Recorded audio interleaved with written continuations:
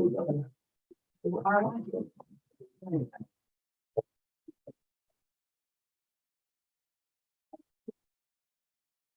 good morning, everyone. We call the Criminal Justice and Public Safety Committee meeting for September 20th to order.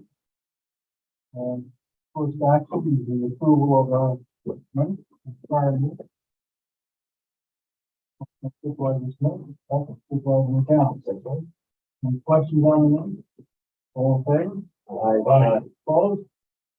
Privilege of the floor. Anybody want to speak before we want to get on? Supervisor McCown? Thank you, Chairman. Last week, we approved the SPCA, which I think is a needed thing, but I was asking for a revenue avenue on this. $100,000 is a lot of money for a group that came in who was going to close their doors, shut it down. The doctor that spoke, I believe she said that she was taking money out of her pocket to feed the animals. I'm not knocking the program. I think it's needed, but I would like to see what we could do to get a revenue stream to help offset these costs. My phone is had a couple rings. They saw where I was coming from. I did ask a question at the county board meeting there, and everybody, the look on all the supervisors' face of where it's coming from. So, I'm a little out there sometimes, but I do believe in one word, our budget officer says we're $7 million over the tax cap as we stand right now. Now we got to start, trimming in that. And then the next word, we're allowing $100,000 to go off for the SPCA. We did have a gentleman that was going to do it for a lot less money. For some reason, that never happened. So I guess, Chairman, I'm asking is what do we have to do and where can we start? Because I believe we should have a revenue stream for this. I don't think it's fair to burden all the county taxpayers that don't have animals to do this. Now, I've heard, I've heard ways of bringing in the money through the court and blah, blah, blah, we can do this and that, blah, blah, blah. But the problem is most of these cases that come in, chances are the people don't have any money, and that's why it's either cruelty or abandonment or something like this. So I just feel for the sake of all the county residents that we ought to look into a revenue stream. Okay, well, I'll ask the county administrator. Sorry to throw this on you. First, let me just say one thing. First, you mentioned about number of services that people have to pay for. Well, there are services that all of us use from time to time, and some services that we never do, but we all contribute. I think this is one of those services, certainly that the county needs. I'll ask the county administrator. Excuse me, may I have a follow-up on those? Sure, go ahead. Okay, and I don't want to sound unhumane or anything, all right, but a lot of those services are for humans and trying to take care of them. And I don't have a problem, doing it. And like I said, I don't really have a problem with the SPCA, but when they come in and say they're going to shut their door because they don't have money to feed the dogs that they're sitting in, and we turn around and give them $8,000 a month, all right, with the option to go higher, at the end of that resolution, there could be more expenses. So what we say, well, let's see how it goes this year. Well, this is typical government saying, all right, let's do it. And then we'll see where we're at the end of the year. And that just burdens the taxpayers that I talk to are getting tired of just paying taxes and taxes and taxes. So I'm just asking what we can do. And it's a simple thing. If this is what we want to do and we want to have a cruelty, animal cruelty thing, so why does the county go out there and just, okay, you have to register all your dogs, just like the towns. Dogs, cats, chickens, horses, cows, you name it, just register. It's a small fee, but just, get a revenue stream. That's all I'm asking. Chairman, it's something I'll have to look at. The revenue stream that we knew we would be able to take in would be the charges for animals that are kept in the shelter and, charges for animals that are, for people who are found liable for animal cruelty cases. And, only about 50% of those are ever reimbursed in federal court. So, I'll look at some other ways that are revenue stream. I wasn't aware that there was any bidder, and I only received one bid in our RFP process, so I wasn't aware that there was someone out there who would do it cheaper. They certainly didn't. No, it wasn't Jim Fitzgerald offered the services years ago, and we turned him down. He was, so, just,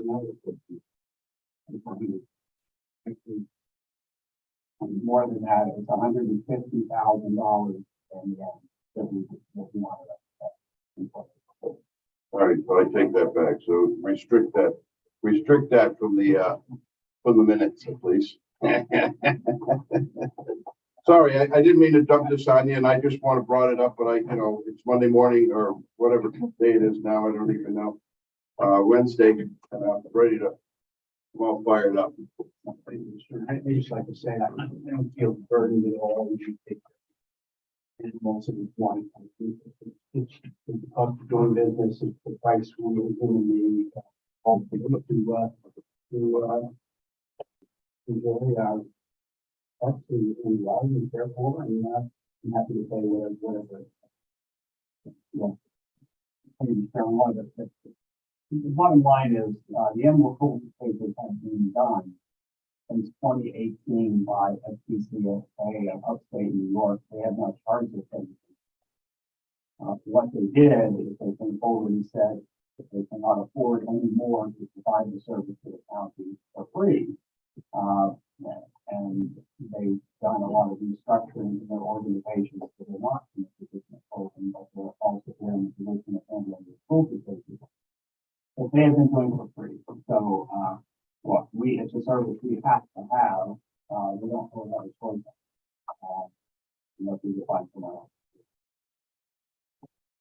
Have we looked into the financial of the SPCA?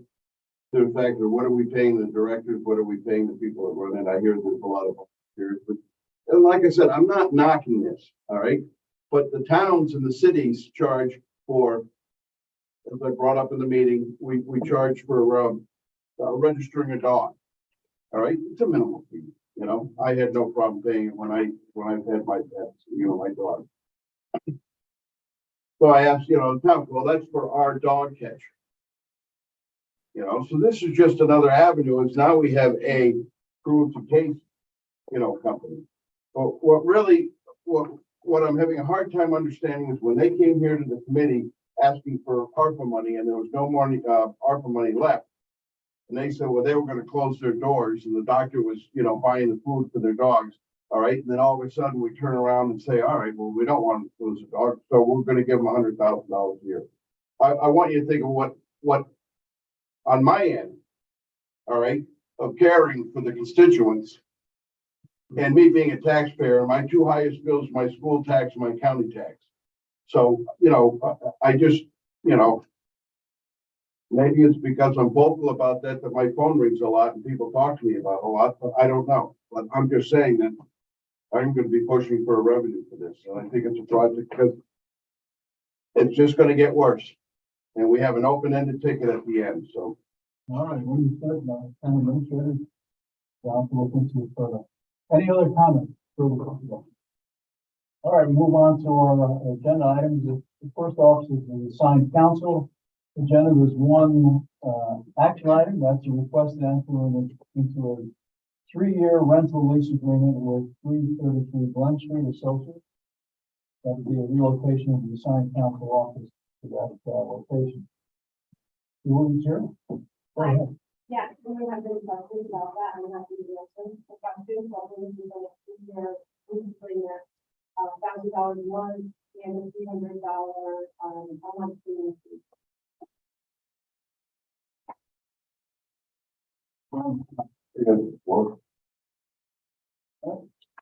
Supervisor Smith.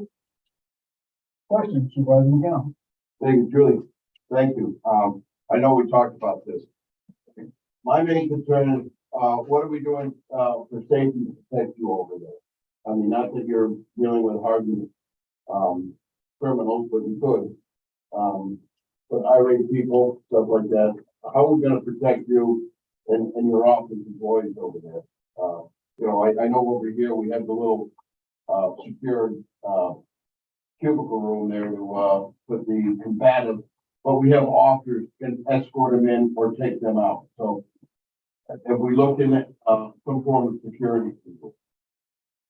Necessary, 333 is a secure building, you can't even get in unless you have key. So you get busted from the outside, there's someone at the front desk. Their hours are, I think, from 6 a.m. until 6 or 7 p.m. That's when we need someone at the front desk. So no one can just enter the building. They would buzz them in, and then they would call us on the first floor and let us know that someone is there. Yes. You know, I was in private practice for 6 years, and I'm a criminal defense attorney, and I do a lot of other work and see clients all the time, and I never felt like there was any issue as far as the kids go. And I've never felt unsafe. I think 331 is a perfect spot for us. The public defender's office actually has, stays there during that building as well. There are other things in the building. So I don't see security.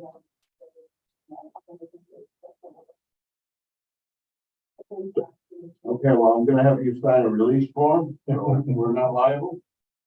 Thank you. Any other comments, questions? All in favor? Aye. Opposed? Carried. I don't believe there's any other agenda items. Or request items, rather. The next item is a discussion on the budget. And every one of our criminal justice departments today has a budget discussion on it. This is not to go line by line. But rather, it's an opportunity for the department heads to address anything that might be significant or answer any questions from committee members. Obviously, the budget meetings are all taking place. Our budget officer has received all the necessary documents and is moving forward. So I'll open it up to the committee, but I'll ask Julie if there's anything specific that you want to make the committee of, anything significant. If not, you can just respond to questions.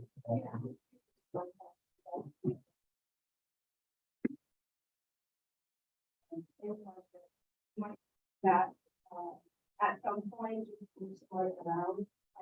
I'm taking a closer look at what we have at this point. But Okay, Supervisor Williams. On the revenues there's department request 296,000, there's nothing for 2023, and there's only 19,000 for 2022. Why is there nothing for 2023? Sure, we'll be over here a few months if you have any idea. I know, I don't want to look at it too directly there.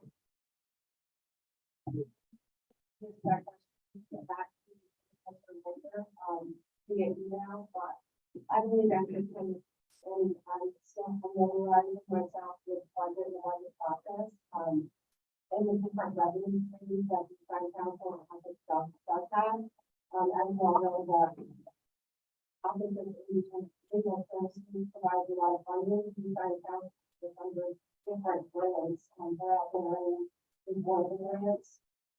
And I know I'm doing something, I spoke to Alex about the, video needs to be if you want to go to the administrator that they will pay, they'll pay that least.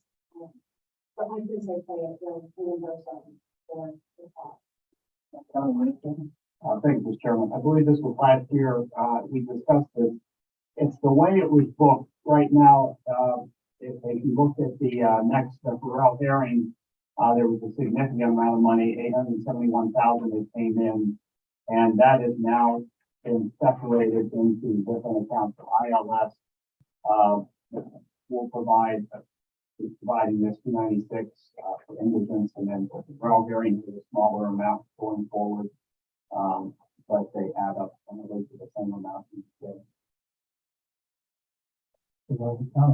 Yes, when you look at the 23 adopted budget, 974, when you look at actual expenditures, 22, you can see there's comparability there. When you look at the departmental request for 24, you see particularly the significant increase in traffic. Maybe you could explain the reason. I actually can't explain the reason for that increase at this point, but I have to get back to, via email, because I will look at it and talk to Megan Maxwell, who does a lot of the grant reporting and. You see, what I'm saying is we've gone from adopted 23 to 277,000, 542. That explains a big part of the increase from $1,012,000 to $1,040,000. An email maybe to the committee would be Yeah, that's what. Elaine, that's why we share the reason for that. I can find exactly. I do that. Know what it is. Okay. I do something else. Thank you, Supervisor. I believe that's the increase that the state's gonna cover for the increase in the ATV attorneys from $75 to $158. The increase comes with their portion of that increase. Yeah, I wasn't gonna put that out there until I was absolutely sure, you don't need to provide that now. I just wanted to hear somebody explain that whopping increase. And you need to look at that number. Big number. In the department side. Is the result of reimbursement, rate modification. I assume what they did, they took the historical number of hours that their experience is, times the new rate structure. And that's so if you look at the contractor, you see it. It's a big. What's significant to that is the fact that they're not paying for the entire amount of the increase, and we're on the hook for the other additional $75 increase, roughly that they gave to the current ATV attorneys. So we'll have to put that up for the budget. Just wanted to make sure. Thank you. Supervisor McCown. Yes, good. Julie, thank you very much. 10 weeks and you did a good job. I'm very happy and I know you were a little nervous looking into it, but as always, you smoothed right through it. The other thing, office equipment on 220, you have 40 cents. I'm thinking with the move coming up, and that might be something you want to look at. Would that be? I know you have certain things that you're going to be able to bring over, but I'm not sure if you believe in what's over there. But might be something you want to just look into, because I don't want you to come back and say, "Oops, we forgot this." But that's the only thing that I saw. And again, thank you. Oh, you're welcome. And we did have conversations about, what we would do in the office as far as furniture goes. I know that there's some furniture down there, and there's money in the budget for furniture, but we can move around from, Thank you. and just so you know, we're working now on, April, May, and June numbers. This is what the year April 1st. So now we have to calculate, how much Warren County has paid out. Then we report back to the state, and the state reimburses the county 50%, and $150. The time to get that report in, to get the money back. Other questions? So 50% of the increase or 50% of the. Did you hear the? Yeah, I believe, and I think that's what I was saying, that the state will reimburse the county $75. I think that's what I mean, around $75 for the track. I think you pay a little more an hour than we. Anything else? I can. Okay, well, thank you very much. Thank you. Continuing good luck to you. Appreciate all of your effort. All right, move on to the district attorney's office. Our district attorney is with us. morning. There is one action item and a couple of discussion items. The first is the request to apply for fines against revenue prosecution grant. Yes, thank you. All the section in our form, trying to get the prosecution by state park. The same thing. We've been receiving that one fortunately for many years. Not every county does it, we're one of the counties that does.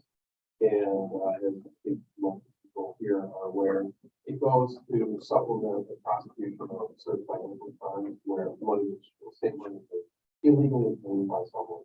And I think the goal of the grant is to see restitution paid in prosecution, so the money's then returned that were stolen, like anyone taking it off the nose of that.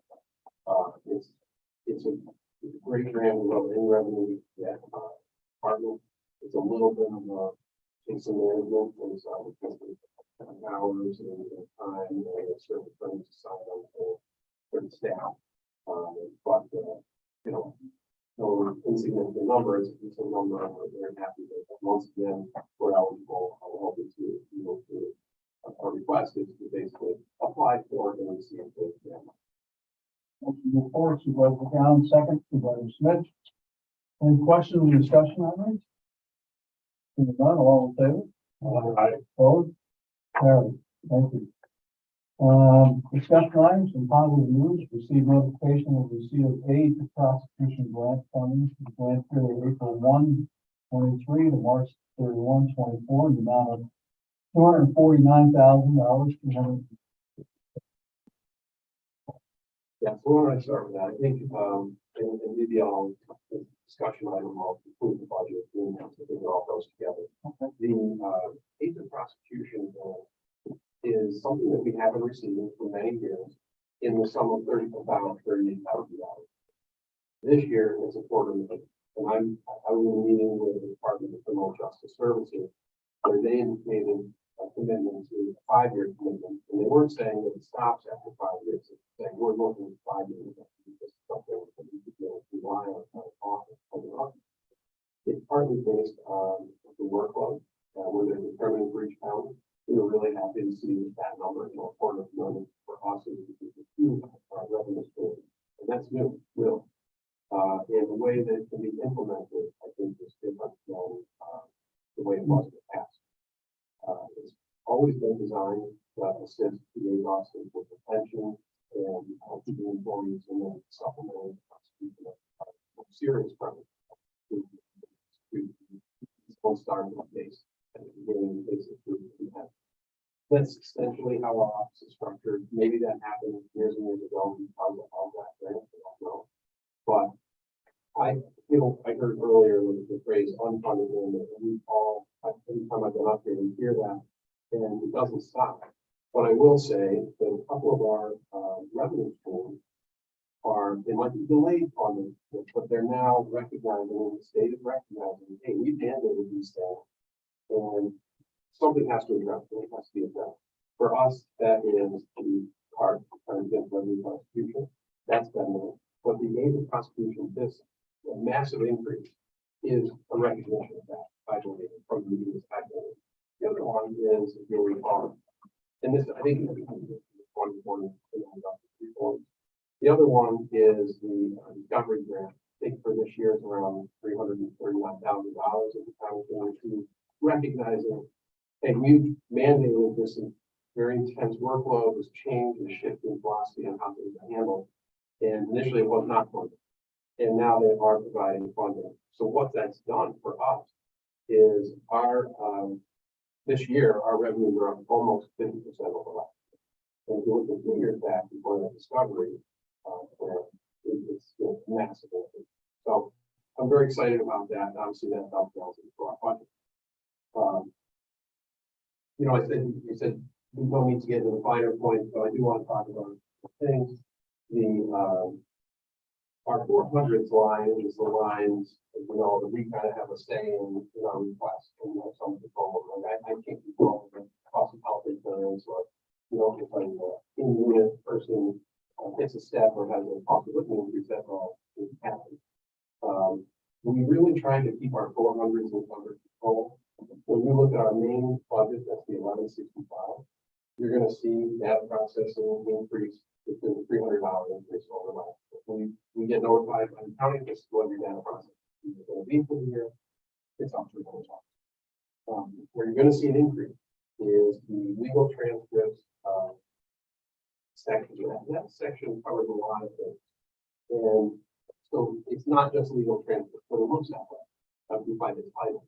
So all our, when 2020 and the law changed that mandates us to provide grand jury transcripts and quick turnaround every case that's indicted.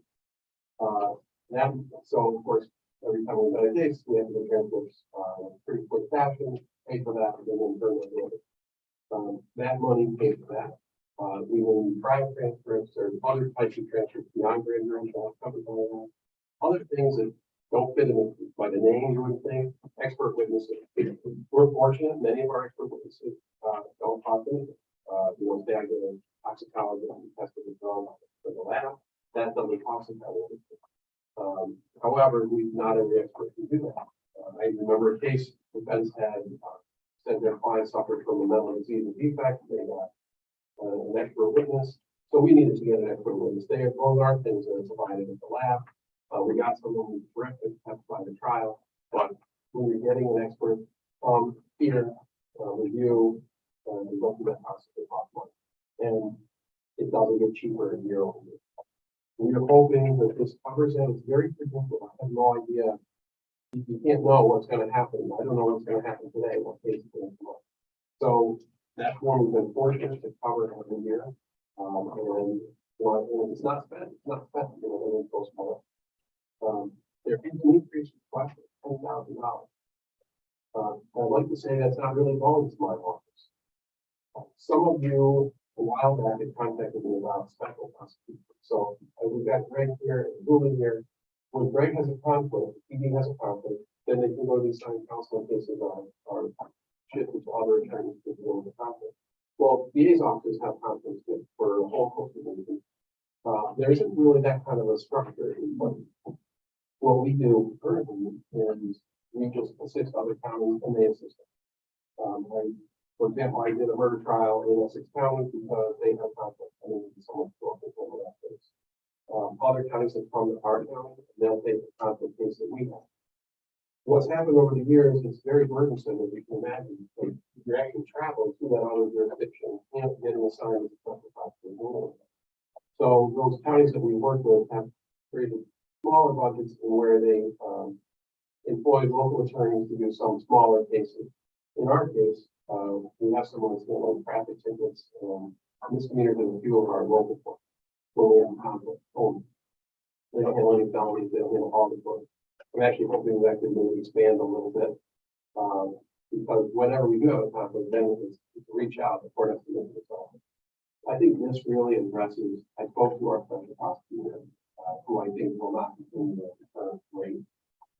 And they are very aware of the increase to 150 an hour in the current attorney. They could quite easily shift, not just Warren County, but to any county, sign up for the panel and probably they're an excellent attorney and just going to do a lot of work that way. So that money really would be to address and hopefully keep that special prosecutor for those smaller cases. Our total, that would bring our total maximum budget on special prosecution to $20,000 if this were to pass. The other thing you're going to see, I mentioned before, the prosecution grant fund.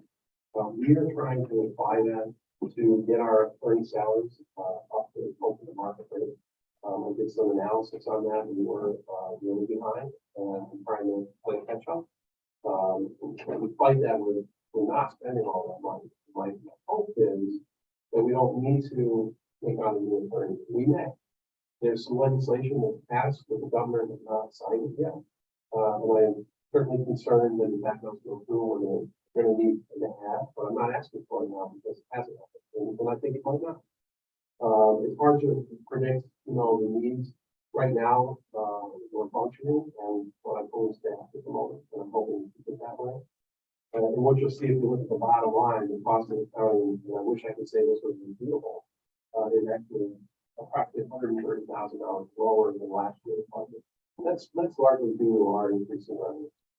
One of the things I do want to point out, when I hope this got communicated to the sheriff, the Discovery grant, we shared some of that, so we're not, that 349, we're not reflecting all that in ours. I forget the number, maybe 117,000 is going to be part of it. We share, we really come, I think, as a lump sum in the county office. To help process some of these expenses. Sheriff has people assigned who work on providing us their discovery. Obviously, we also discover from the police, part of the public, and then we have a big process on all of them. The other two pieces are the 1160 crime victim systems.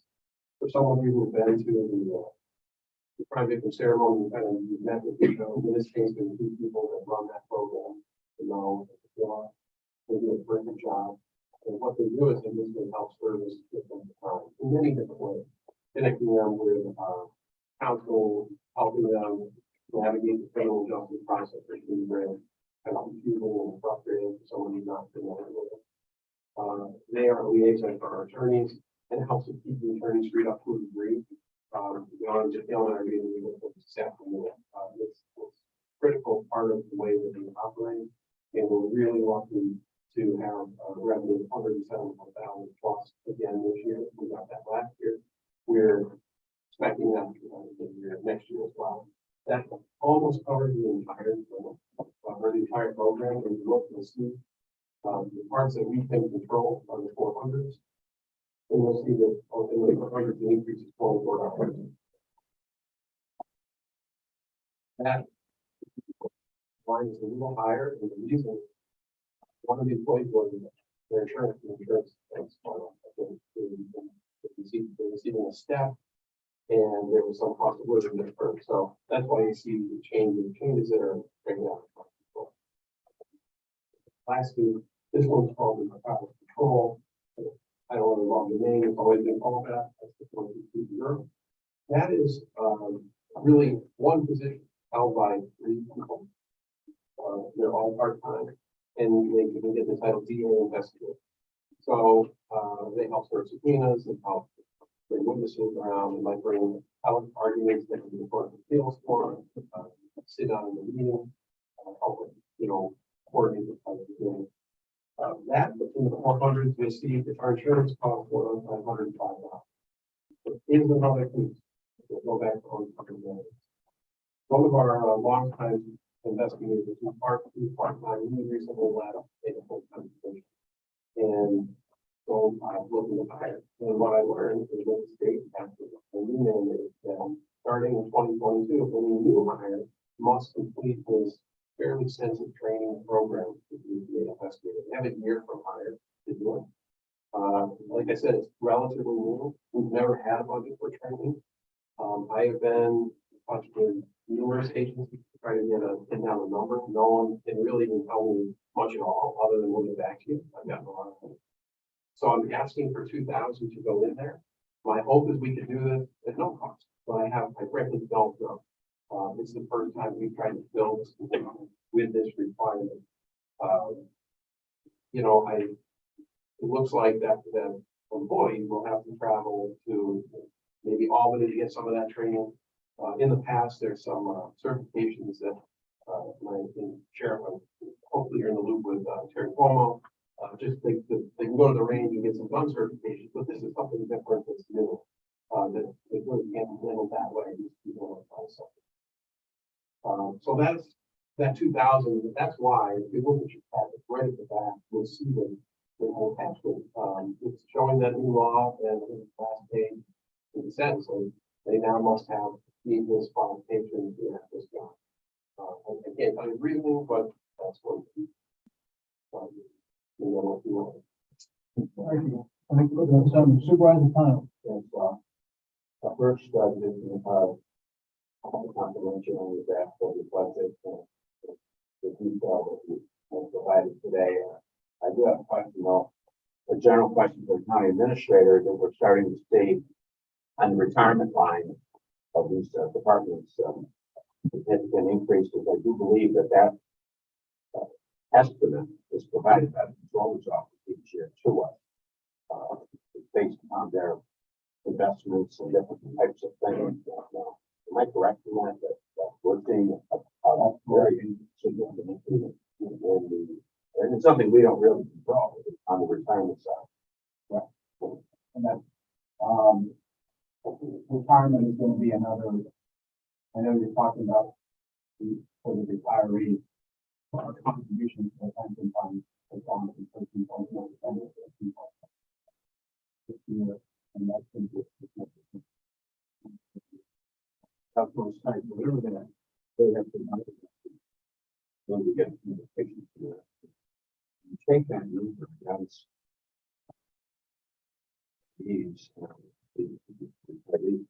That's a big number. And percentage there, any percent, any number of that, that will be a big number. You can see it here in the big part of the increase in your budget. On the retirement, there's one other comment or question. We also seeing some increases in healthcare costs as well. We are seeing some increased costs in healthcare. So as we review these departmental budgets, we need to be cognizant of the fact that and there was a time when, as you remember, when we were incurring double-digit increases in healthcare costs, and we self-insured and did some things that really helped us reduce those costs. I'm not sure going forward how much more we can do in that regard. Thank goodness we did what we did when we did, because otherwise I think that we need to get numbers that would be much, much higher. Preparing a chart is going to show the impact of some of these unfunded mandates, like the increase of pension fund, Medicaid contributions. That's significant.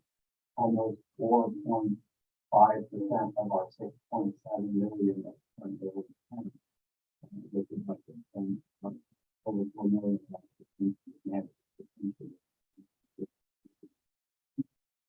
But then in the conference,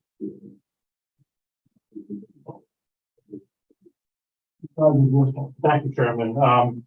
Each month, one of the members talks about expenditures after the budget period, and I certainly agree with that philosophy. But I think the district attorney has reminded us that none of us have crystal balls, and a piece of legislation or a change in the way that the state does business could cause our playbook to change, and we need to make that special expenditure look at that request. So I think that we need to going forward maintain that philosophy that we don't promote expenditures after the budget process, but that we have to be open-minded about the need to continue to do business as best we can. Thank you, Mr. Chairman. The DA put in a lot of personnel requests, has advocated very strongly for his team on there, as he did last year as well. Just as a to update us, were any of the personnel requests from last year granted that you had advocated for? Last year, no. I know you and I spoke a lot. And I'm probably passionate in my season, hopefully I'm respectful as well. And I continue to be passionate about it. And I'll tell you, if you look at that, you're going to see what I saw when we were preparing this. I just went, we have a website that we go to, and that's how we access our product. And I went there, and I just looked at assistant district attorney job openings right now. And there's a lot of there's a demand has grown with the shifting resources in the state. And I was frankly surprised to see that we were where we were for the attorneys that we have were. And just yesterday, all that was doing, I said, well, we're building a new product and something new project. And, I was frankly, I won't say shocked, but I was really surprised at where it's a small county in the western part of the state. We've seen this stuff, and their numbers are what percentage above ours, which is still far above their range. And so I tried to be conservative. The requests that I made, I think are conservative, and all of them, the state and prosecution are covered. And as you can see, if you look, that because we were fortunate to get this big, this huge, influx of revenue, it allows us to be lower than last year. I wish I could say that every year. I mean, probably not sure every department wants to do that. I know we do. I remember presenting something to the rest. Hey, you should bring in more money. I think it was Marcy Torres. Public defender. I wish I could, you know, if it's there, we're gonna try to get it. We're happy that, no, the numbers have changed, but, yeah, so no, it didn't happen last year. I think it's important it happens, really important it happens, keep positive. And I know Greg's gonna get up next, and I will never speak for Greg, but I know that they've had difficulty getting attorneys, like, so we've got something. They're now getting, they're learning a complex job, and to leave and replace and churn, really isn't good for, victim crime, in my opinion. And it's not good even for defendants, because there is a value in having attorneys with experience for all people involved in the system. It's a better understanding of how things work. It's a more maybe reasonable view of cases.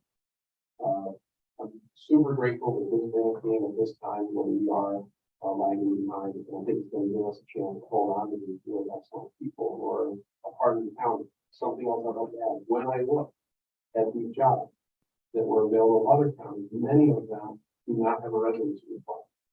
Our attorneys do have a residency requirement, so there's an extra requirement on foreign county attorneys. I'm not asking them to change that now, but I will point out that they live, buy homes here, rent apartments here, and probably spend lots of money here in one county, partly because of that requirement.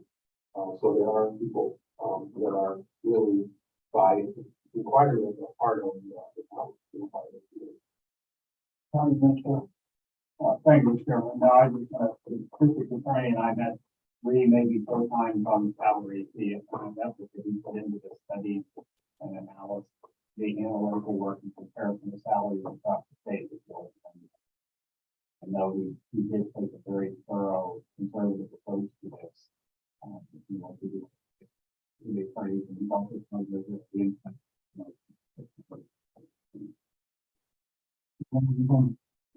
Thank you. Jason, I really love when you get up there and speak. You really do a great job for the county. You're very thorough, your explanation.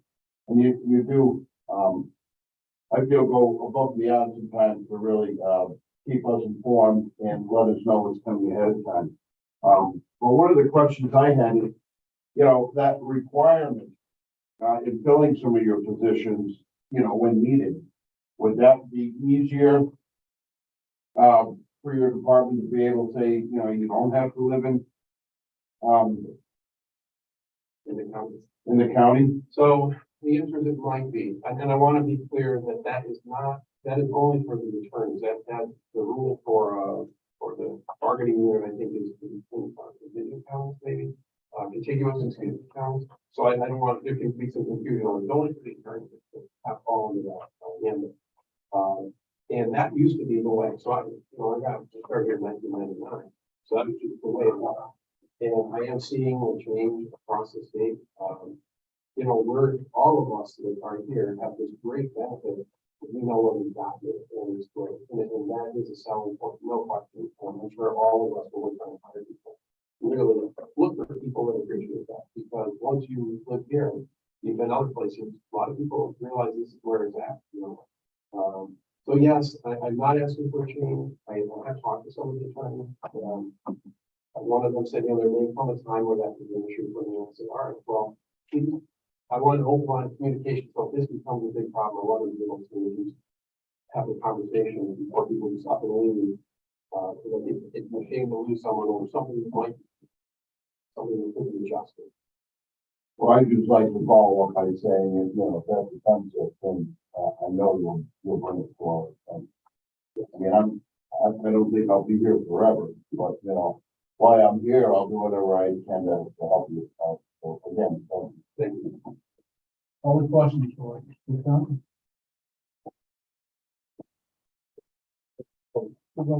Just really more of a comment, and that is that I think what we're hearing from a number of departments is the difficulty having in fact, partly because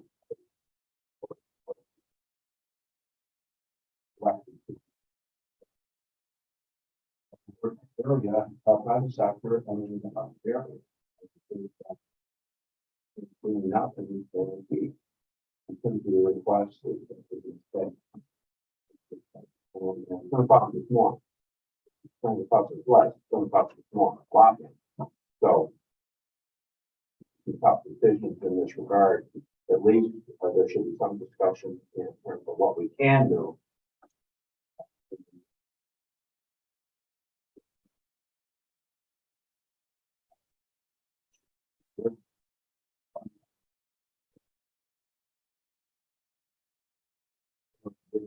And now and later.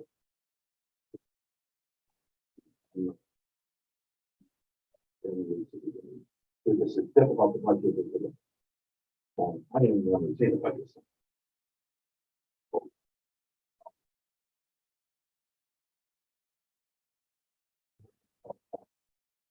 Session. Well, thank you very much for being with us, and our gratefulness to you and your staff is looking forward to the county. All right, we're looking for emergency services here, and then Marie. Marie. We have one action item, that's a resolution request to, fund to the 2022 hazardous materials grant program. The amount not to exceed $180,000. We all have to test it. Anybody? So we are looking to set for the state standard to be quite long, together. And we was all the people in the for the recent people wonderful. We are now looking to the grant application is due in Move forward, Supervisor McGowan. Second, Supervisor Smith. Any additional comments, questions? Supervisor Ward. How often? this is an annual. So there's a big one. Yes. Yeah, right. This one is the hazmat grant that is full cost of the county.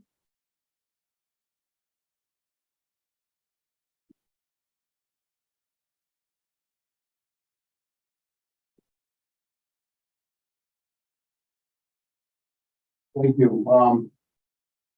Can you give me an example of a hazmat situation where, like, I can just picture a tanker truck or, a train. Maybe some, natural gas, rupture in the ground. Am I in the, we don't have any large trains coming through here except for it doesn't, but I don't know how much. I'm just, So, actually, the grant this time around, we were looking to move the whole studies throughout the Spring County that are benefiting from this grant. They have done one back in 2016, so we're looking to redo that and revise it. And it was a study of what actually traveling through our county, with our interstates and on rail. And we thought waterways as well. So, there'll be a other study hopefully, but you're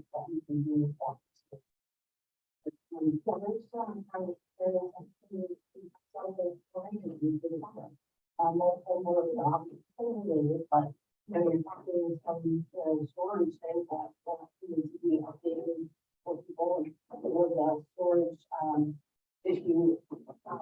One of our and so forth, and they had one of the points. So there are two occasions, three occasions that I haven't been called out to run the situation. Yeah, it is the other thing from what's traveling on North Roads and what you do in the book. But it's something so good issue. well, thank you, because now that you've started speaking, I'm thinking ammonia, I'm thinking this, paper mills, blah, blah, blah. So thank you. I just, maybe it was just having missing the thinking brain today. The other question, and this also involves 7 counties, so it's a team. So when it comes together, we all come together. Thank you. Other questions, comments? All right, all in favor, moving forward? Opposed? Carried. No other action items, I don't believe, so we'll move on to the 2024 budget request. And we still have a previous department heads, move on to. First of all, we have discussions on staffs for everyone. Want to just give us an idea of where you're at with staff and the next year? Three wholeheartedly with help actually the executive and we have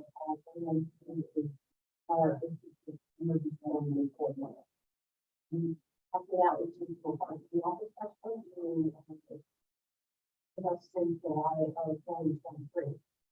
And then we have a fire coordinator, there's 3 deputies. We have a DLF coordinator, there's 3 deputies. We have hazmat coordinator.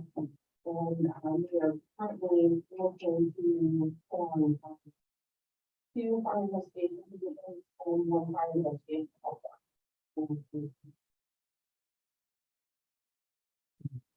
Were those covered by Glen Falls before in the contract? So we have a contract with Glen Falls Fire Department. What has been happening is it's been difficult to have a number of people certified to do fire investigations throughout the county. On numerous occasions, we've requested their team to come out, and if they're not able to provide the manpower, it's something that we want to help to be able to do ourselves as well. So, yeah, I think that's maybe 2 certified people right now at this point, but, the staffing issues that have hit everybody across the board. We want to make sure we have the ability to fill in the gaps. Any significant items you want to bring to our attention before we open up for questions?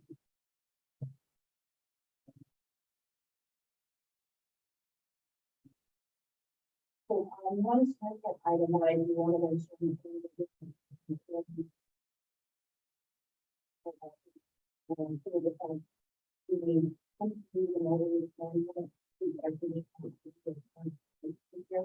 we are looking to do placement this year.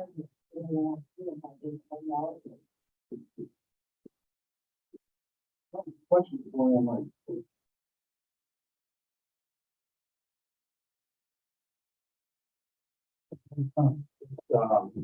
My compliments, I think it's taken. Wow.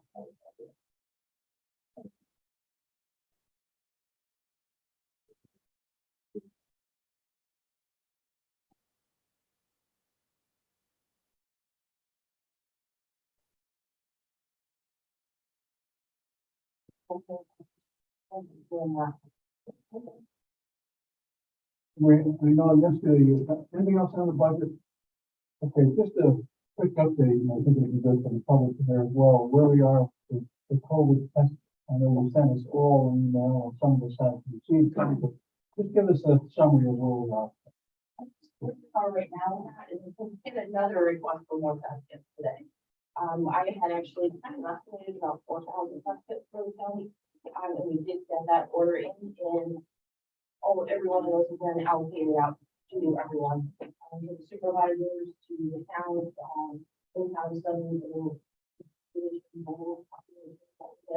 we pretty much have serviced everything from that need right now, and we'll be ordering more, so that way we know we're gonna go through these pretty quickly, and I want to make sure we have them. So, And following up on that, thank you for getting back in touch with me. I also asked about the special populations, to the Adirondack, senior centers, veterans organizations, and such, and school districts. So they're all on a different order form. Yes.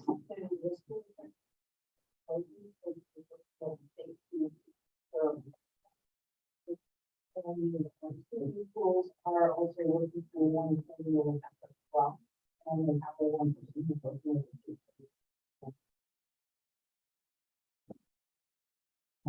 Anything else? Uncomfortable coming out. Being that, you know, a full, there, it's not people that I really been a good person to do that. So, we're going to events so far, well, I think it's pretty good for it. The little events on Sunday, but I think they're really good feel so far. And what we've been working on last week. So, the doctor is. In case you can mention a virtual races, I always say, and really not that, so, it's the basis, I think they're doing everything. And we want to. Thank you for the beginning, question. Before, and you really want to know a lot about how to do it, you just want to find it. That we can do, I think, we'll go over now, so this is your prepare.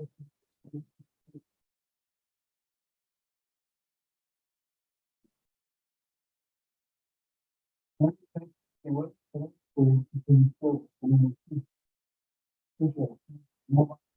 Probation. Here. Can we, with that?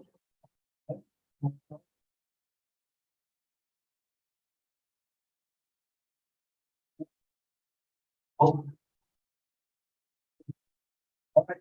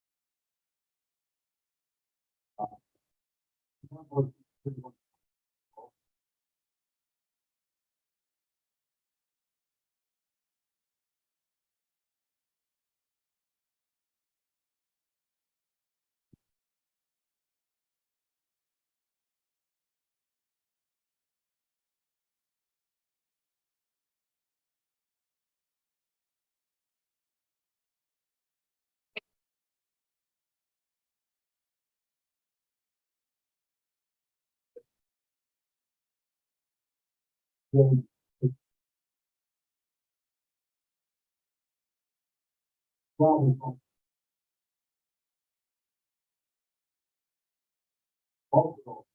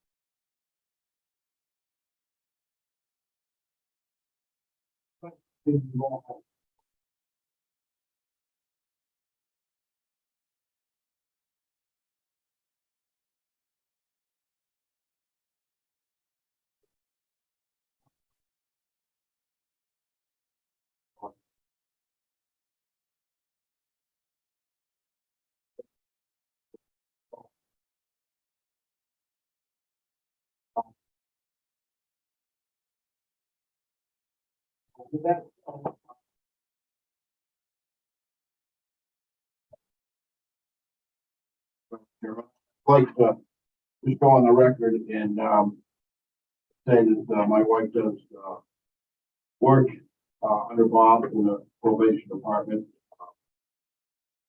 But, to do my due diligence here, I do feel that, would be the recommendation of the board, you know, I should speak. One of the things I do know, you know, with Bob, and I was on the committee, years ago, Bob, I just want to reach out and thank you. You are, very, fiscally conservative with your department. You do keep those numbers, even keel. You do the best you can, and I know, I really know how hard that department really does work, so, I have the utmost respect and for your department, and, you know, between Adam, and Amy, and Shelley, I don't have problems. I personally just know how hard they work and with all these changes coming up. So, if I was allowed to say that and put it on record, I'd like to. Otherwise, if you want, I can have some face immediately. Thanks, Chairman.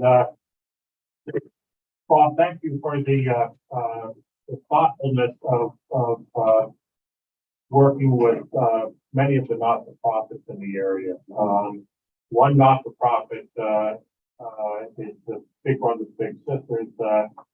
Recently I read where they were recognized, for excellence. And I know that the Sheriff's Department also works with, Big Brothers Big Sisters, but the benefit of working with, community organizations as well as the businesses that we contract with in all of our, or most of our departments, is so important because it certainly it makes, the local effort. We know that the work is getting done. That's all of our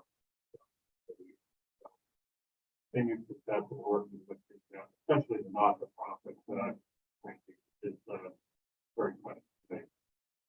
Supervisor Connell. If, what is, shows a, country message.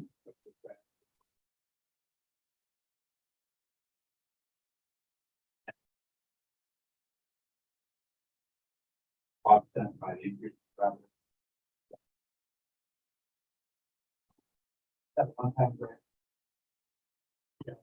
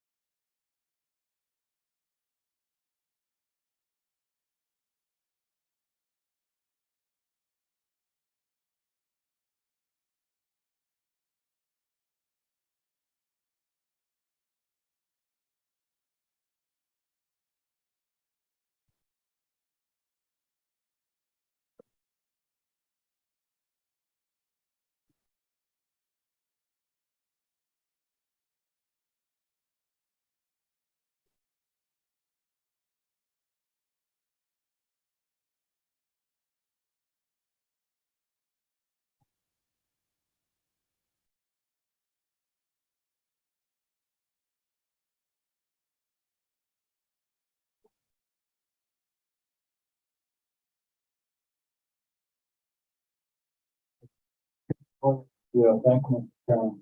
Yeah, I was noticing under the rate that the.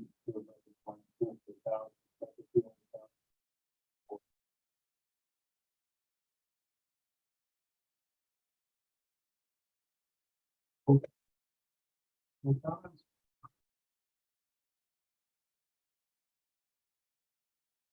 Yeah. Thank you very much for the work. Greatly appreciate it.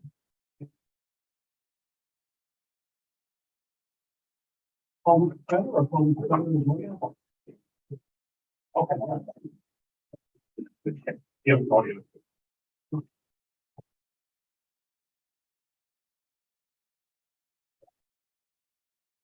There are no action items requested or that I'm aware of, so we'll move to the budget discussion. Greg, I'll turn it over to you.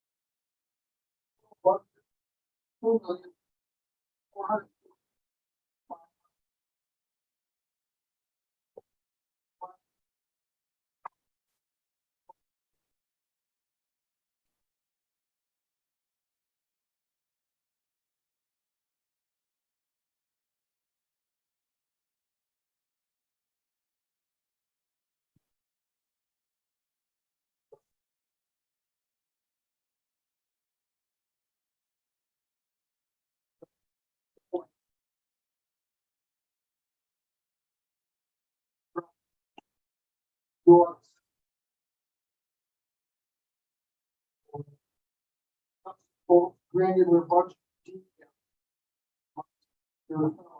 Fine.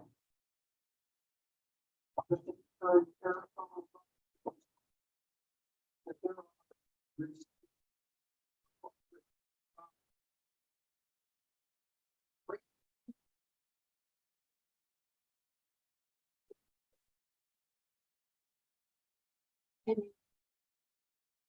serving. For county states. They're including.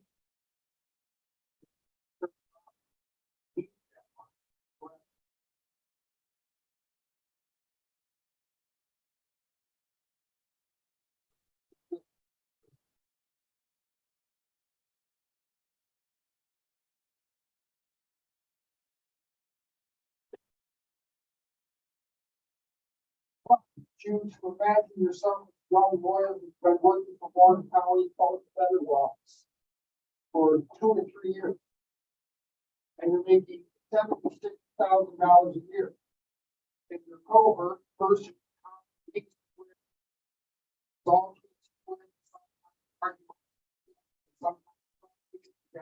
That same person with the same amount of experience and who was working the same capacity and returning to the county. The only difference is he works in the gate office. Or works the public defender's office. Salary disparity.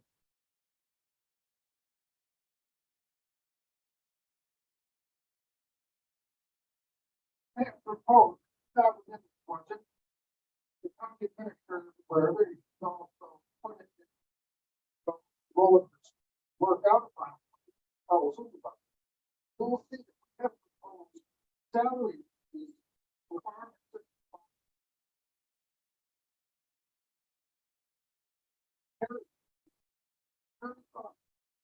And you might say, well, speak, and given the, couple hundred dollars grant on supplement for salary. Well, the state has given us $1.4 million. State has given public defender's office for the past 5 years. County taxpayers have not contributed salary increase for the defender's office.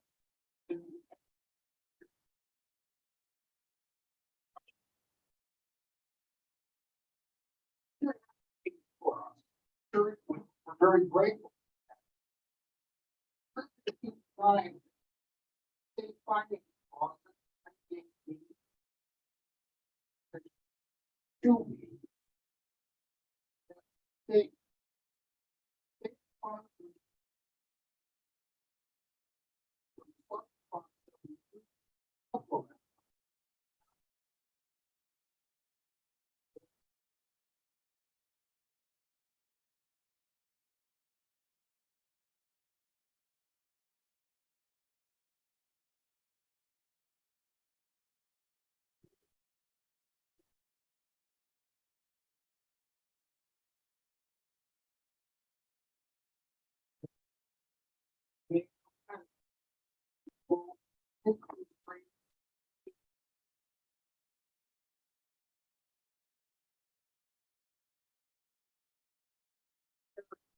Myself, the young lawyer who worked in the state court, worked on public defender's office. Although he worked for the state lawyer, you're looking $20,000 per year. If the state work just hard, just loyal, we're employed. Nevertheless, we have to pay $20,000. That being said,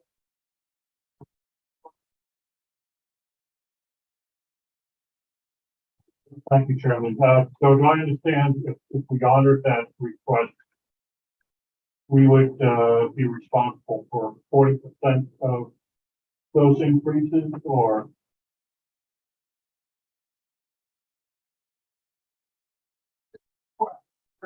for the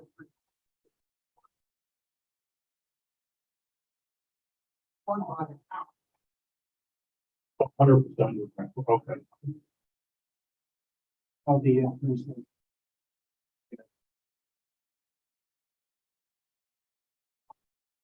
Okay. Oh, Right, just to clarify what I had heard.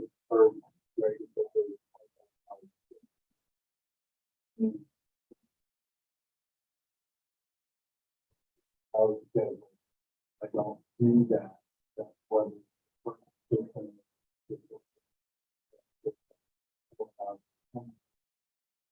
Pretty, pretty good for the, hold the microphone before it's not working, so we just sit at the table and just turn one of these mics on with that.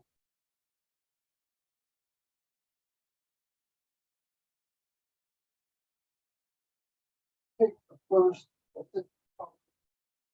your salary. We're asking to go 5,231 to bring down from 110 to 150. Even that alone doesn't create parity with the first assistant, Mr. Kirk, but it gets there, it strives it. They both do the same work, they're both phenomenal attorneys, they both know the criminal law inside and out.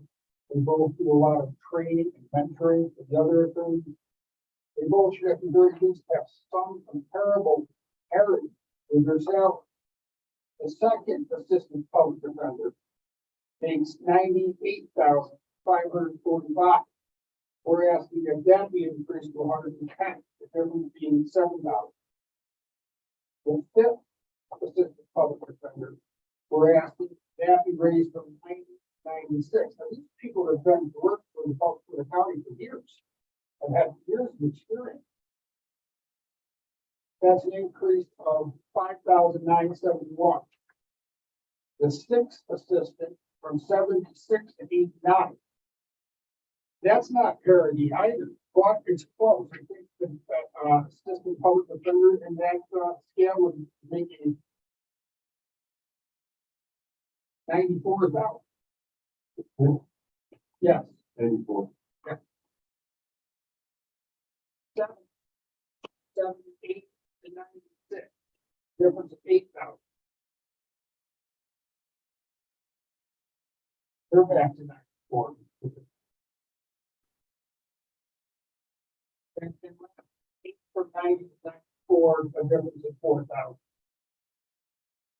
So it's not quite parity, but at least it's respectable. It shows that the county cares. And that we don't tolerate this kind of raise parity and pay just because you work for the district attorney's office or the county attorney's office as opposed to the public defender's office. It's also addressed something that is very significant, and that's these people have the option of going to work for $158 a month with a signed council raise. We have been over backwards in trying to eliminate every potential conflict comes in front of it. Very don't want to sign that thing because that could cost taxpayers $10,000 a simple little case just to resolve discovery, motions, things of that sort. And from writing in case in our department. Obvious, we keep it in our department. That's what that does. It creates a stronger and greater caseload for our lawyers. Because I'm not conflicting out this case. We're keeping it. But these lawyers are working very hard, very diligently, finding representation for our most vulnerable citizens in our county. They at the very least deserve to have these close to parity with prosecuting attorneys and the county attorneys. That's what I was keeping. Within this budget, but the county administrators put those figures in.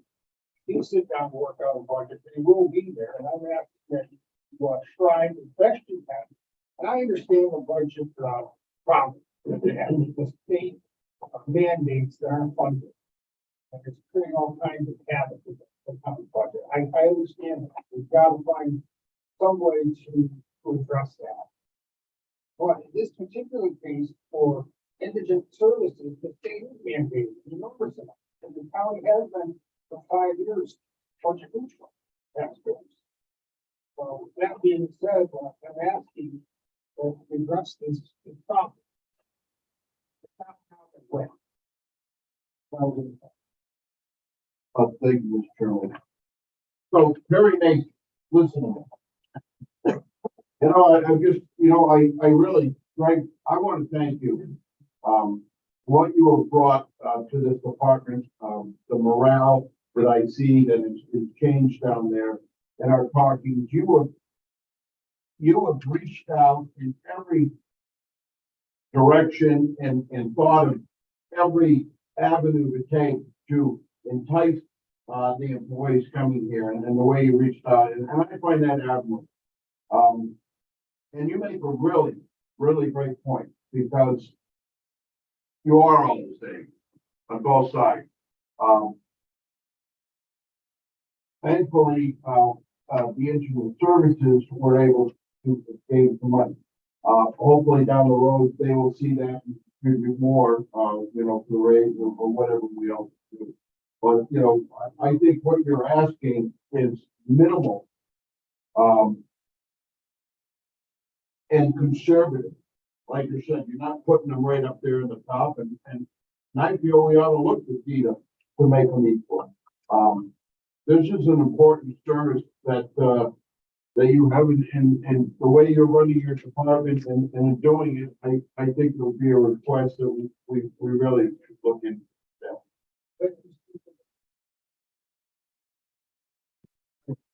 Thank you, Mr. Chairman. Public defender is a very powerful advocate. Probably so. I will point out though that between the first assistant public defender and the first, assistant VA.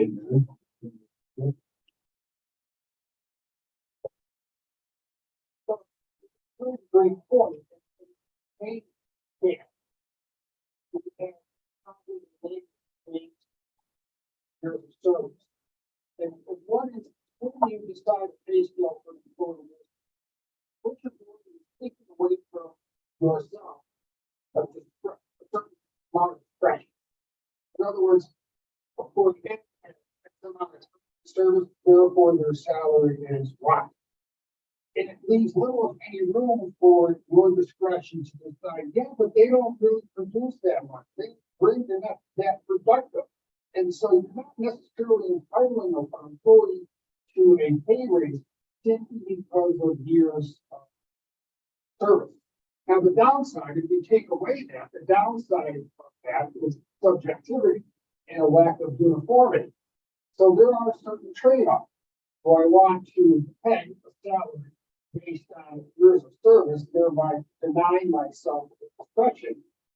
And in return, I get uniformity amongst all people who work for 11 years like X amount.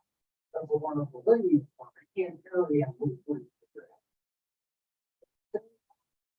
really do lose a lot of that flexibility and discretion when I shouldn't have to be pegged into a particular pay. Because this guy that we're talking about, he might have 11 years in, but he's worked as a public defender for St. Lawrence County. He's worked as a multiple assistant public defender. He has incredible years of service, and he's an encyclopedia of criminal law. And he's absolutely phenomenal. Based on our quality that Supervisor Gallen talked about, to that. So there is that trade-off, and you do run into those differences. And we haven't asked to go up to the salary of the first assistant prosecutor. Perhaps that's taking into account that. But our first assistant, defender has just been from the hearing. Every year. That's the income.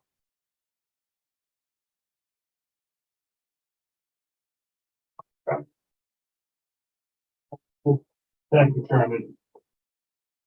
Our assigned counsel director, our district attorney, and you have all referenced the $158 opportunity for some attorney. I'm asking again with respect, more out of curiosity.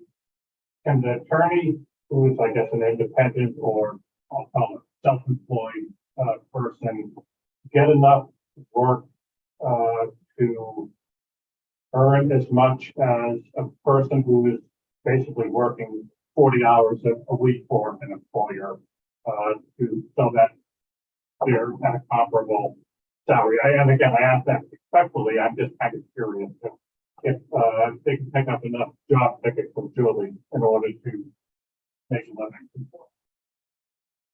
I will say that there are lawyers who left our firm.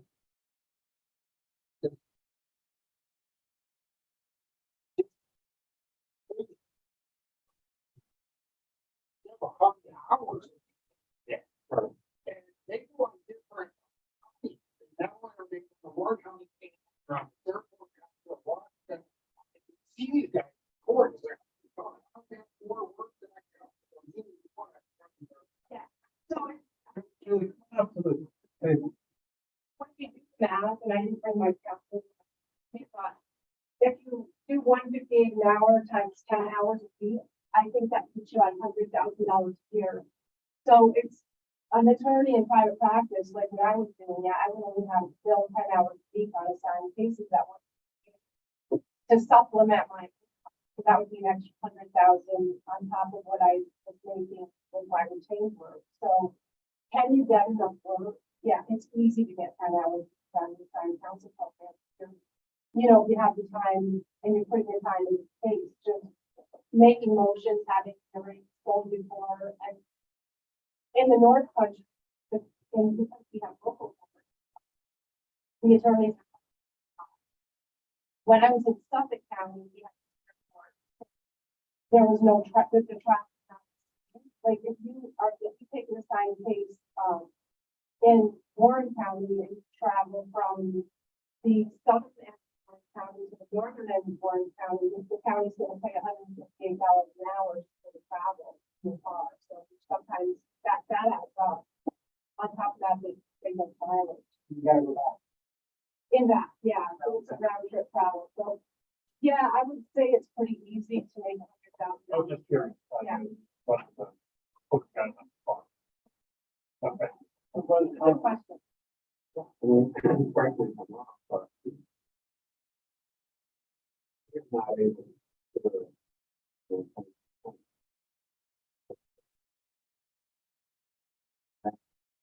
those dollars move down to the factor.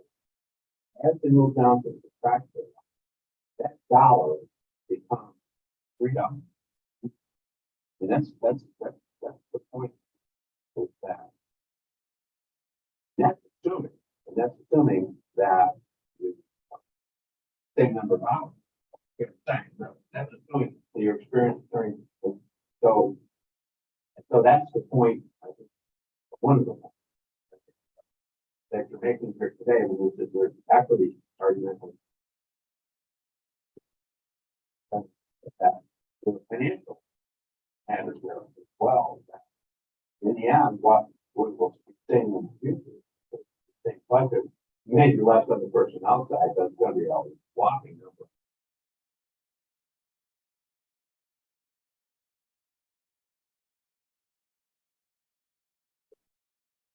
It takes the 5 hours to dispose of the case.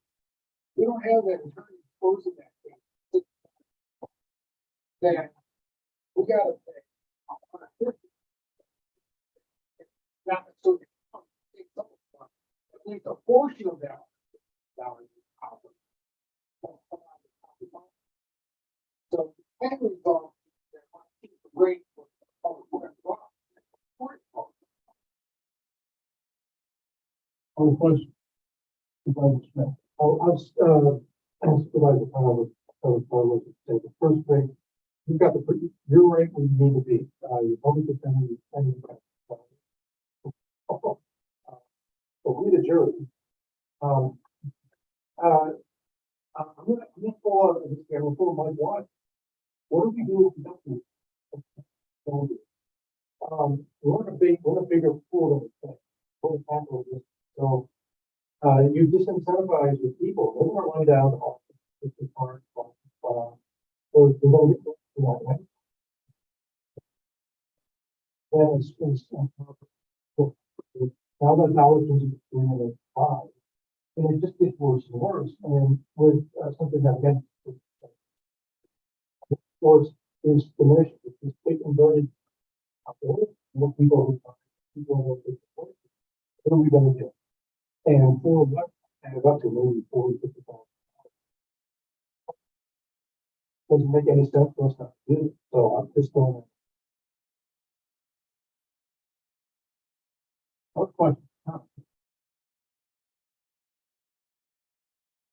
Correct, thank you very much. For being with us and for advocating for your system.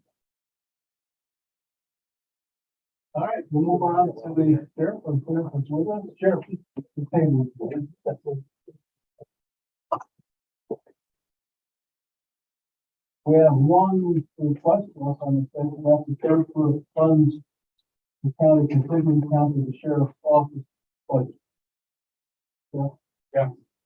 This is the third time this year we touched on this item. We're making a request for funding to replace the facility, the correctional facilities, uninterruptible power supply. We thought we could do it early on. We requested contingency, you approved. We learned that the project was going to cost more. We returned the money back to contingency at the prior meeting. For our budget workshops, it was determined that it would be best to utilize contingency and do it for this year's funding. And we believe that we can do it for a little less than $90,000, but it's going to be close. A little background, and going through our budget, it's going to maybe seem like a little bit of doom and gloom, but the sun is shining over our sheriff's office. We really are in a great place. Thursday, prior to car show, we had a major storm, and the storm knocked out the power around the municipal. At our sheriff's office, we have our own independent $500,000 Caterpillar backup generator. As you know, that's 20 years old, and we've been struggling to keep that running. We've had some repairs. That did not run. So our entire was in the dark for hours. Inmates were out to the show. Officers were using manual keys to get around the facility. The air conditioning was not working. We were in a tough spot, and our staff rose to the occasion and they got us through. We started to work to make repairs. We made a repair. We thought we had it fixed. We have a subsequent storm. We are all hands on deck working through probably one of the most challenging car shows in our time. And power goes out again in our correctional facility. Same thing, the facility starts, the undersheriff and I both come down, and we're working through this. This relates to that because if this UPS system was working, at least the low light level lighting would remain on. This would be more safe. So this really is something we cannot wait on. We're not asking in future budgets to replace a $500,000 generator system. We are hoping that through repairs and proper preventative maintenance, we'll keep that running for years to come, but we really want to get out the project before year end. Four. Brother Conover. Crystal. Any questions for Brother Conover? Just, our county administrative recommendation is that these funds, come from our contingency account. As opposed to our, account. Take it from one. You don't have.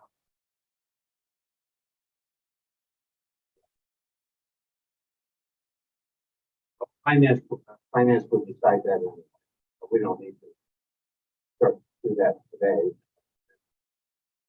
What?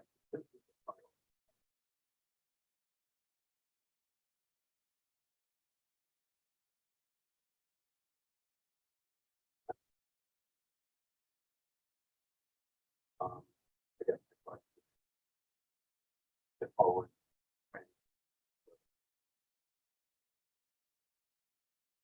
Probably really on it.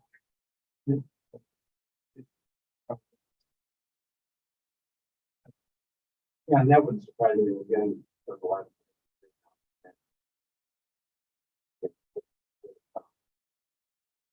By the way, yeah, thank you, Mr. Chairman. Sorry, it's a little late, but the generator didn't work. Our generator, it was receiving a signal, so it was fired, start, and it was receiving a signal that power has been restored, so we took that off. Right?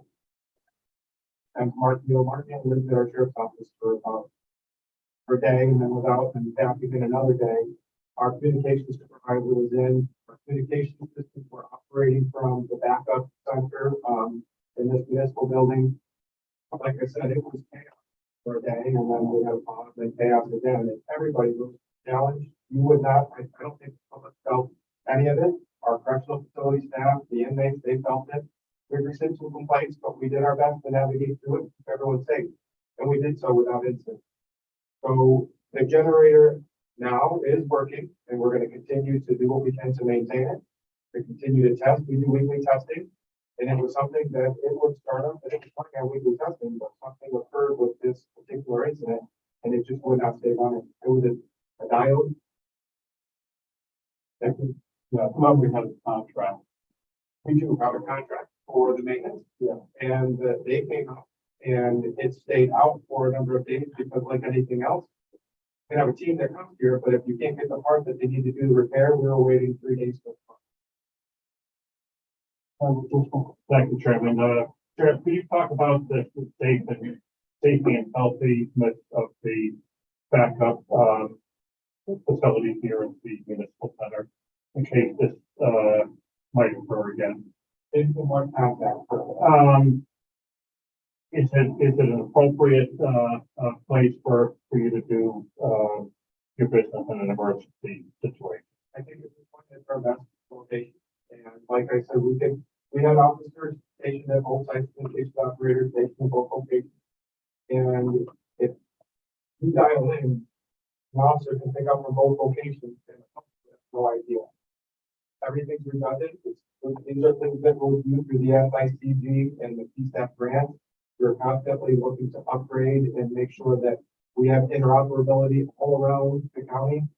If we have a really major catastrophe and something wipes out this entire complex, we can send staff to Washington County. They can set a terminal sign on and dispatch, just like they're dispatching from the PSAP. Other comments, questions? All in favor, moving forward? Aye. Opposed? Carried. All right, seeing no other, requested items, we move on. Budget, Sheriff, and go ahead and consider. Concern? Yes, of course. Like I said, the sun really is shining over our sheriff's office. When you look at our budget and you compare our request for 2024 to what's amended, and that's really what we're spending in 2023, the increase is probably about 3%. And for us, everything is increasing. Our calls for service are increasing, the demands are increasing. I get calls from many of you, you call me directly that you have drug activity in a certain street or residents in your townships. We're attacking that. We receive traffic complaints and we're doing very aggressive targeted enforcement to keep your roadways safe. Our correctional facility is facing challenging time, and I reached out because through 9/11 you learn that other counties, their medical contracts are increasing, and our medical providers are providing us with more service, but I've been working diligently with them throughout the year to find a balance where we don't have to reopen our contract, and we can work to not have to pass those additional expenses off to taxpayers. Our building's 20 years old, our vessels are tired, our fleet, we've done a tremendous amount to support our fleet, and we've been rebuilding for 4 years. We're heading in a really great direction. I mentioned that the car show, this was one of the most challenging, and our officers, when I say it's not just patrol, but communication staff, corrections, with people that we brought in, again, they respond with dignity and excellence. And we got to an event with no significant accidents and no fatalities. We are working towards a balloon fest, and it's 50th annual, receiving national recognition. It used to be an event that was Saturday and Sunday, and now it's something on Wednesday. And it's our sheriff's office that makes sure people get in and out safely. That quality of that event is as good as it can be. So I share this with you because I've said it time and time again. I'll continue to say it. Professional law enforcement service is expensive, and we're working very, very hard to keep the amount of increase to the taxpayers going. I won't touch on it. You know, we have 3 specific areas: communications, corrections, law enforcement, and the major increases are in the 100s, the 800s, some in the 400s for protective services. The area that I have the most discussion with are the 200s, and there really aren't significant increases.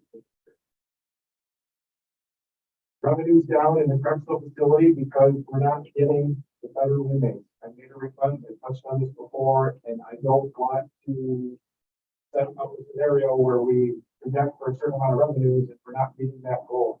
I'd rather project where we think people need to meet, and then if we exceed it, that's wonderful. But, the only added item that is worth noting is we're moving into for next year text to 911. That's gonna create a slight increase in contracts. There's an additional expense to get that going. But again, that's an additional workload for our communication staff, additional training, more challenge for them when navigating text to 911. We need more officers in communications. We have an ask running. We are really, really struggling in corrections to recruit and retain officers, especially females.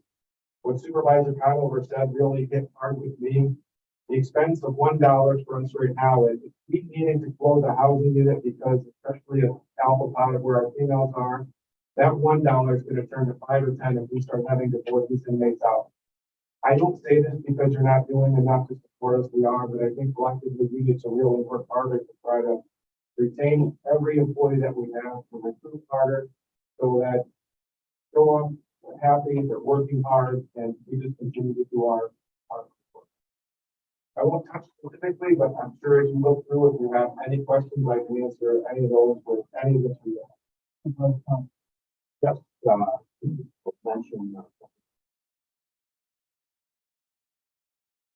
You, that is, if you look at, for example, benefits,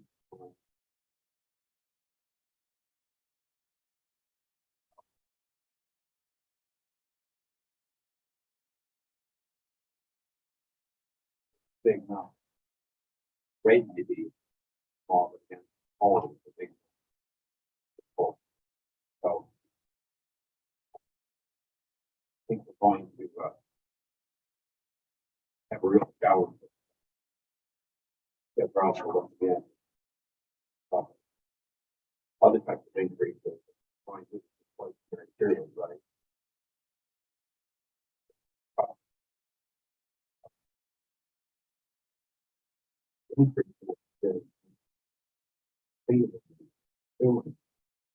Yeah, that's possible.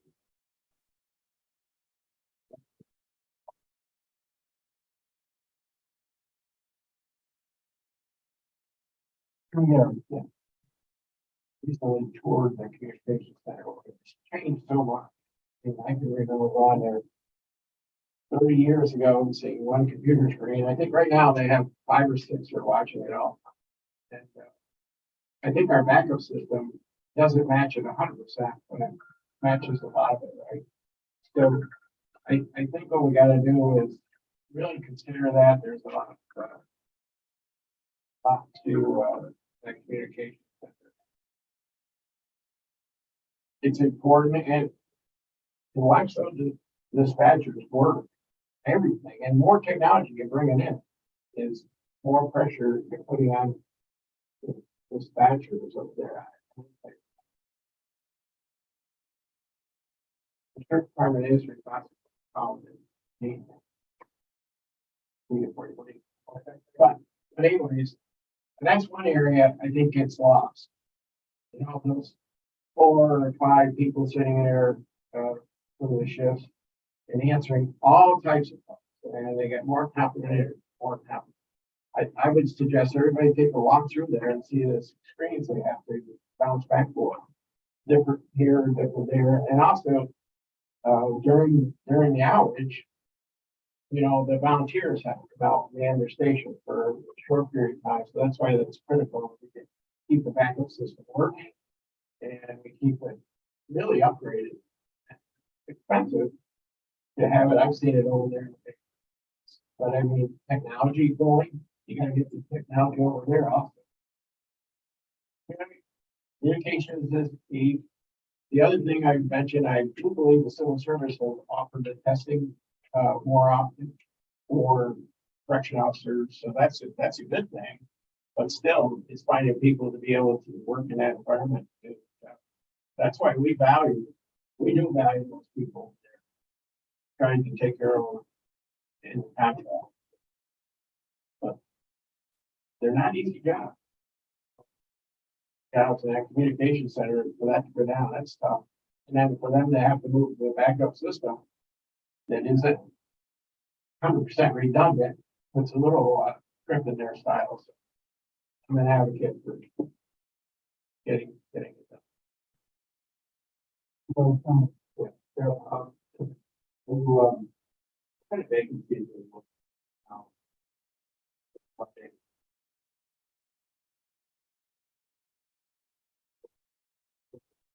want. We'll have 2 or 3 here. Police force. A lot of people want to come work in Warren County for our sheriff's office. I think there's a lot of diversity, and I'm not taking any of the credit for it, but I also hear that they appreciate the response and treatment they receive from our administration. Culture, it's from the top, and we'll take more of that. We have shifted the culture of our sheriff's office. Community events. This past Sunday, we participated in the LGA cleanup. We had 5 of them. Got officers at the Upstate Autism Alliance. And then Big Brothers Big Sisters, we had our Big and Blue event. 150 children at Six Flags, sponsored by Six Flags, Senate officers there. Amazing.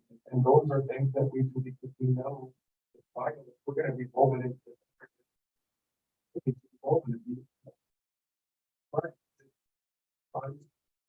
Say the young people, you don't see them, they're not the street, they're not the public. That's where we're going from. And I said at a recent division meeting with the entire division staff. You don't have a lot of young adults that, when they're growing up, say, I aspire to be. So when we get them, we want to do everything we can with them. And it's a snowball effect because that staffing decreases. I think our vacancies are at 8 right now. We have 3 or 4 out on entry, one for entry, the military leave. That creates more mandatory overtime. The mandatory overtime creates more sick calls. And it's just a snowball effect. So right here, and we're low. Right. We walk in, it's bright, it's quiet. We think it's happening, but our staff are feeling. And because it's feeling enough, we're working to try to do it possible. We're testing more, and it's not really a testing, it's more a questionnaire for question.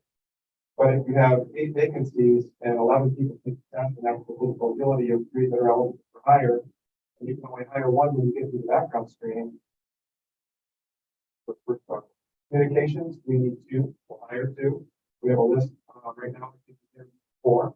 And that's a big training and learning curve. It is a computerized job, it's a young person's job, no offense. I'm a senior person myself, but I wouldn't want to try to start learning that job at my age. And same thing, retention. No, we could have necessary. I think we could use 1 more as an understatement. We need 1 more communications officer and supervisor advocates all the time. We've been filling it, trying to work hard, part-time, all that represents savings tax. You're not paying the fringe benefit. But we're going to get to the point where we have to ask for 1 more. So again, really well. I know that we can do better, and we're going to do everything we can to make it. It's the following here. Everyone stand.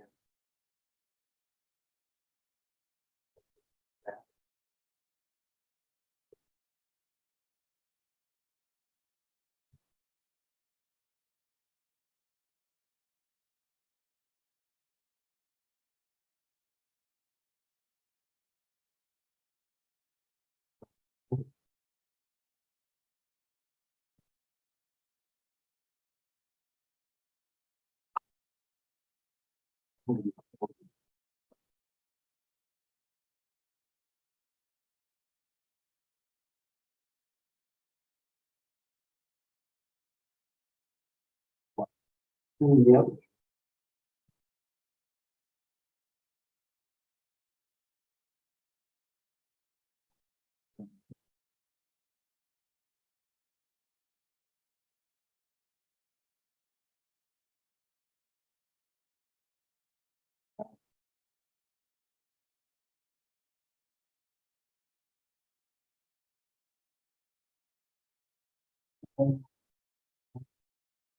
big drop on sale.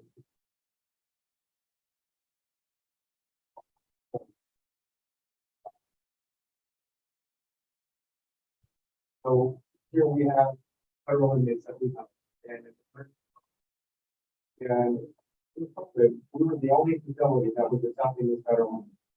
And through those first 2 years, we exceeded our projection by 200 and 300%. I'm not gonna put fingers. I try to be diplomatic with everyone that I address. I reached out to the U.S. Marshal on several occasions, and I explained if we could hit this threshold on an average of 10 federal inmates, it would allow us to meet our projections for revenue. And I was assured, you'll have them today, they'll be in your facility. We didn't hit that mark, we've not been receiving that. I'm confident when I state that if Rensselaer, Albany, Schenectady, and those locations will house inmates now, federal inmates, and they're right close to the federal, they're going to get those inmates. And when I make that statement, please know, I know COVID is a very passionate subject for some. We went a year and a half while housing federal inmates without an incident of COVID. Our protocol procedures were. So I so once through out this year, knowing that as of today, the past 3 months we've averaged 2. As of today, we have 5 federal inmates. We have 98 inmates in total. 5 of them are federal inmates. In order to meet a projection for years past, we have to have at least 10 more. Oh, no, I just,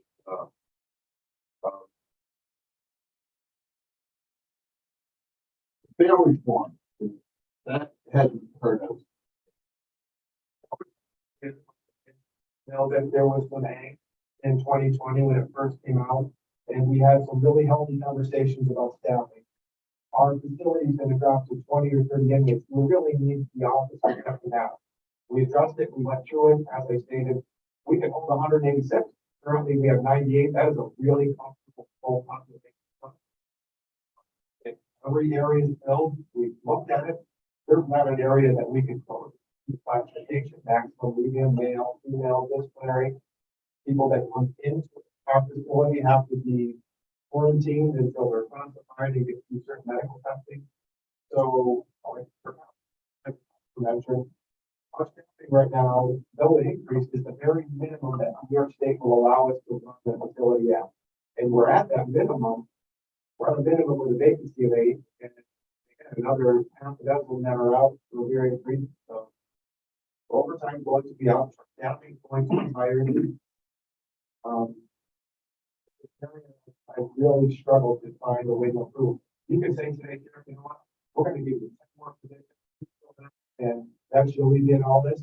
So I don't have the answer, but I'm not going to give up. We're going to figure it out. Thank you, Chairman.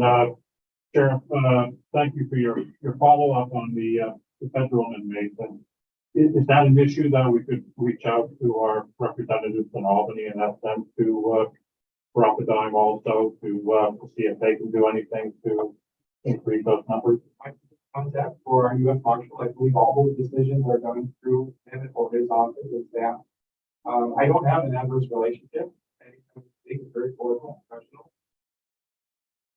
I don't know that it could hurt. Share that information. I don't know if we want to share it with Supervisor Rossi and see it, whether email or phone call or.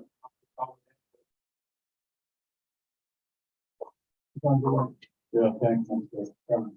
One, remind us what power phone is, their one of these contracts.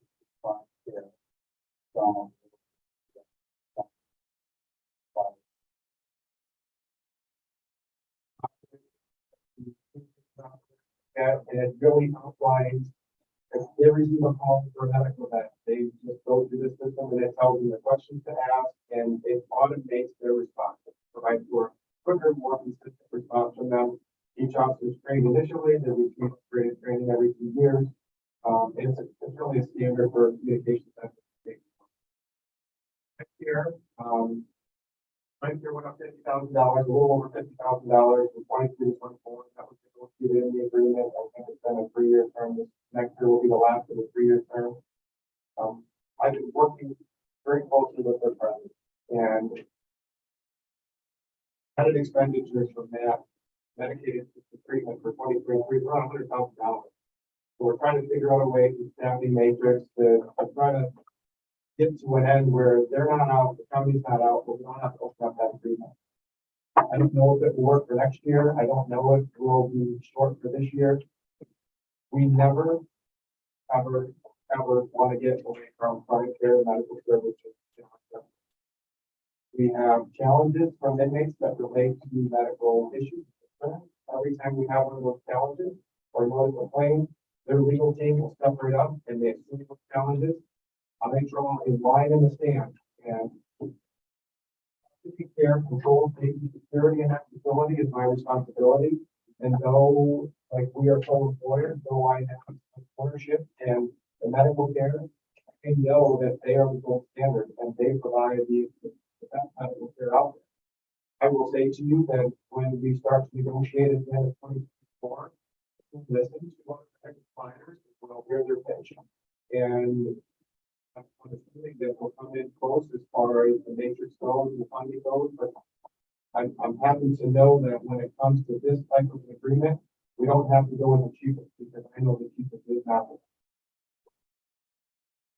Anything else?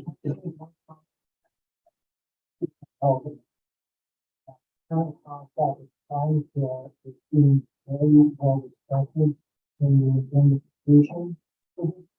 We have a number of trainees as well as doctors that come in and all the medical things. And trying to,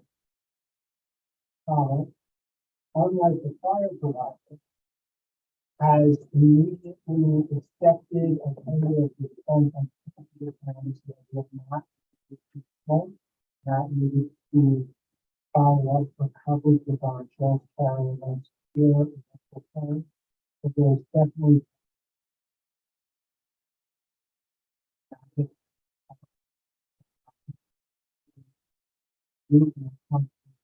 for a number of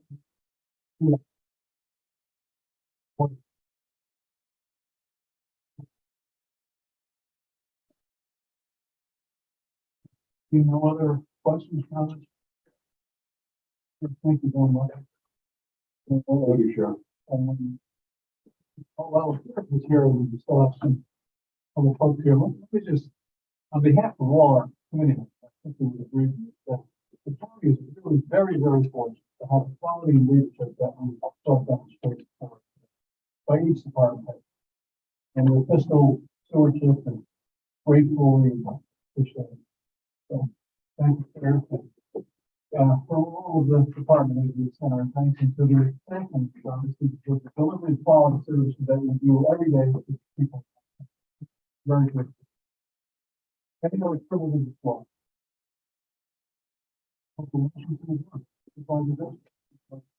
Any questions? Vote. Thank you.